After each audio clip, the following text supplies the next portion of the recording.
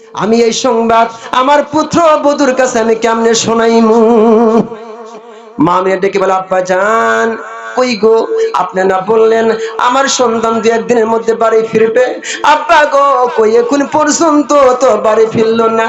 Abdul Muttalib চোখে পানি রাখতে পারে না, চোখের পানি ছেড়ে দিলেন।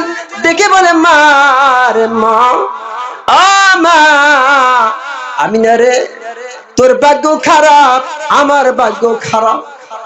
ও মা, কিছুদিন পরে যেই নাতি দুনিয়ার জমিনে আসবে, আজকে সেই নাতির পিতা দুনিয়ায় বেঁচে নাই।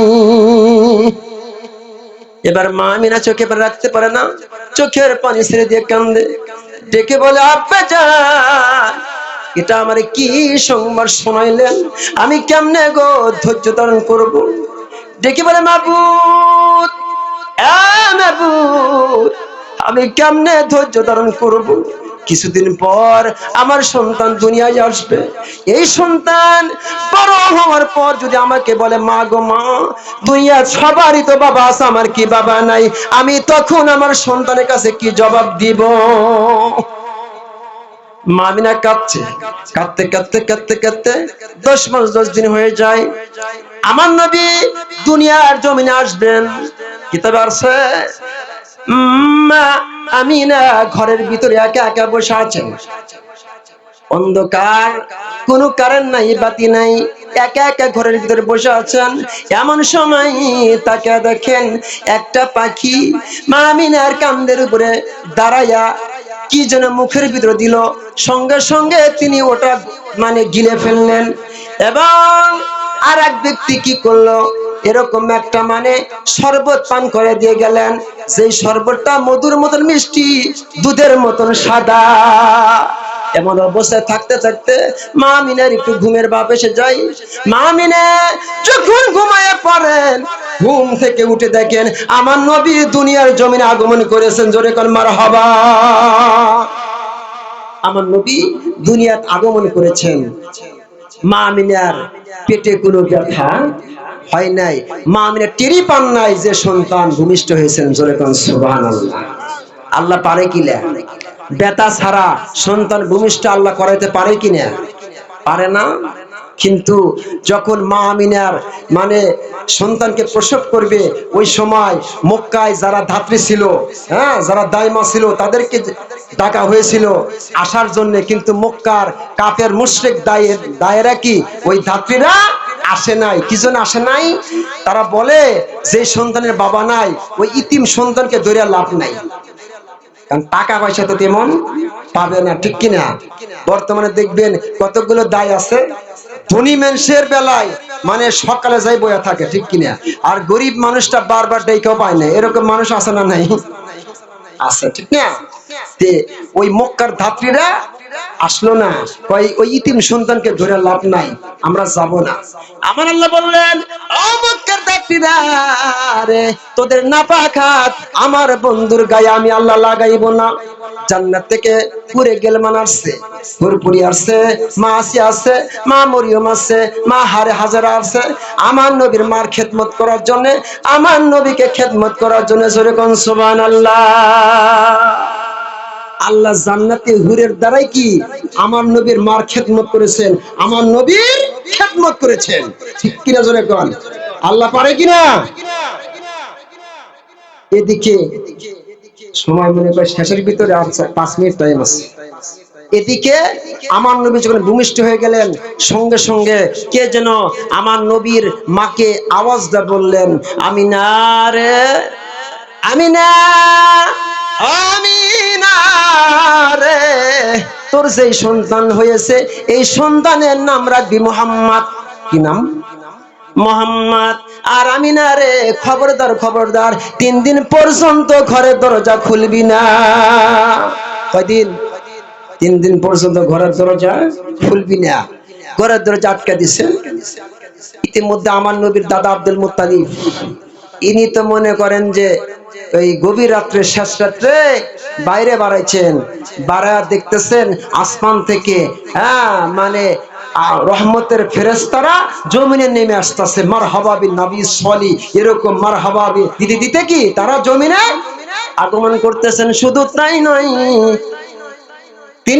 সাফা পাহাড়ে দিকে তাকাইছেন, সাফা মারওয়া পাহাড় দুটি থরথর করে কাঁপতেছে এবং খানায় কাবা আনন্দের নাচতেছে। জোরে কোন সুবহানাল্লাহ। খানায় কাবা আনন্দে কি নাচতেছেন। সুবহানাল্লাহ সুবহানাল্লাহ। এবার সঙ্গে সঙ্গে আব্দুল মুত্তালিব ভয়ভীত হয়ে গেলেন। ভিতরে ঢুকবেন এমন সময় ফেরেশতার আওয়াজ দিয়ে বলল, আব্দুল মুত্তালিব রে, ভয়ের কোনো কারণ নাই। আব্দুল মুত্তালিব, ভয়ের কারণ নাই। আব্দুল মুত্তালিব রে, রাহমাতুল লিল আলামিন দুনিয়ায় আগমন করেছেন। তখন আব্দুল মুত্তালিব টের পাইলেন হয়তো আমার নাতি দুনিয়াতে আসছেন। তার নাতিকে দেখার জন্য পাগল হয়ে দৌড়াচ্ছেন। ঘরের দরজা যা দেখতেছেন, উকি মেরে দেখতেছেন মা আমিনার চেহারার ভিতরে একটা নূর ছিল, সেই নূর নাই, চেহারাটা কেমন যেন হয়ে গেছে। দেখে বলে, মা আমিনা, মাগো, তোমার চেহারার ভিতরে যে একটা নূর দেখলাম, সেই নূর তো আজকে দেখছি না। মা আমিনা বলে, আব্বা জান, যে নূর দেখছিলেন পূর্বে, এই নূর আজকে দুনিয়াতে আগমন করেছে। জোরে কোন সুবহানাল্লাহ। আব্দুল মুত্তালিব বলে, মা রে মা, আমার নাতি দুনিয়া আসছে। আমার একটু ঘরের দরজা খোলো, আমি দেখতে চাই আমার মরা বেটা সন্তানকে কেমন দেখা যায়। আমিনা ডাক দেখো, আব্বা জান, কে যেন বলে গেছে।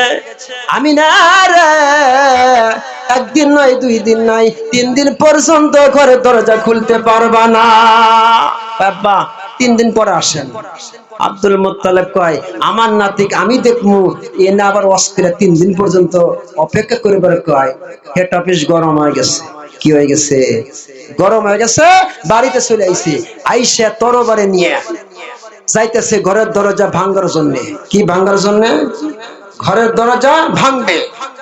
সঙ্গে সঙ্গে আমরা আল্লাহ ডাকতে বললেন, জিবরাইল, ও জিবরাইল, যা রে যা, আমার বন্ধুর মার ঘরের দরজার সামনে দাঁড়ায় যা।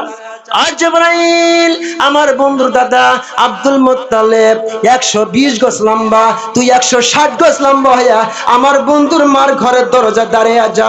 আমার বন্ধুর দাদা ঘরের দরজা ভাঙতেছে, তুই 160 গজ লম্বা হইয়া ঘরের দরজা দাঁড়াইয়া যা। জিবরাইল এসে 160 গজ লম্বা দাঁড়াইছে। আব্দুল মুত্তালিব দেহা দেবতা দাঁড়া হইছে। হ্যাঁ, দেহে তো তরাইসা। আব্দুল মুত্তালিব কয়, কে রে, তুই কে? জিবরাইল কয়, আমি কে কিছুক্ষণের মধ্যে বুঝা দেব। তুই না বলে ঘরের দরজা ভাঙাই দেখবো? কয়, তোর 12টা বাজা, ভালো ভাঙ দেখি। পারবো পারবো।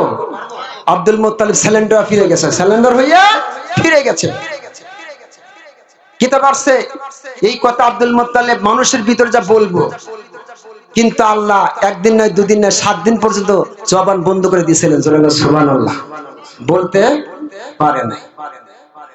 আমার নবী সময়ের শেষের ভিতরে আর সামনে অগ্রসর হওয়ার সময় নাই, যেহেতু আমি টাইম নিয়েছি 9টা পর্যন্ত, 9টা বেজে গেছে।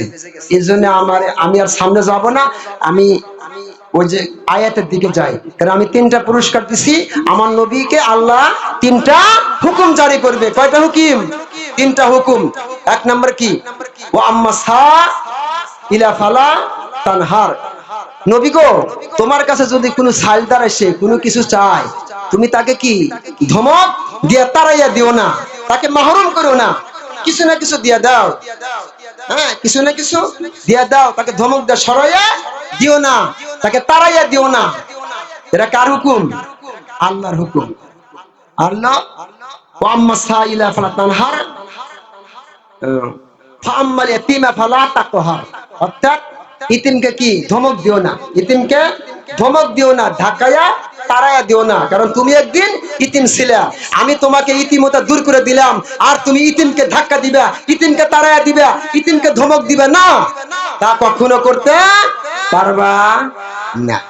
তাহলে ইতিমকে ধাক্কা দা তাড়াইবা না, ধমক দিবা না, কোন মিসকিনকে ধমক দা তাড়াইয়া দিবা না, কিছু না কিছু দিবা, মাহরুম করবা না। আর 3 নাম্বার, ওয়া আম্মা বিনিমাতি রাব্বিকা ফাহাদ্দিস, আমি যে সমস্ত নিয়ামত তোমাকে দান করছি, তুমি এই সমস্ত নিয়ামতের শুকরিয়া আদায় করো। আমাদের আল্লাহ যে সমস্ত নিয়ামত দিবেন, আমরা সবাই যেন এই নিয়ামতের শুকরিয়া আদায় করি। নাকি সবাই রাজি আছেন? তাহলে হাত পাও কার নিয়ামত? চোখ কার নিয়ামত? এই বডি কার? আল্লাহর। গোলামি করতে হবে কার? আল্লাহ, ঠিক কিনা জোরে কন? ঠিক আছে, আল্লাহ সবাইকে যেন তৌফিক দেয় ঠিকঠাক মতো আমল করার জন্য। ওয়া আখিরু দাওয়া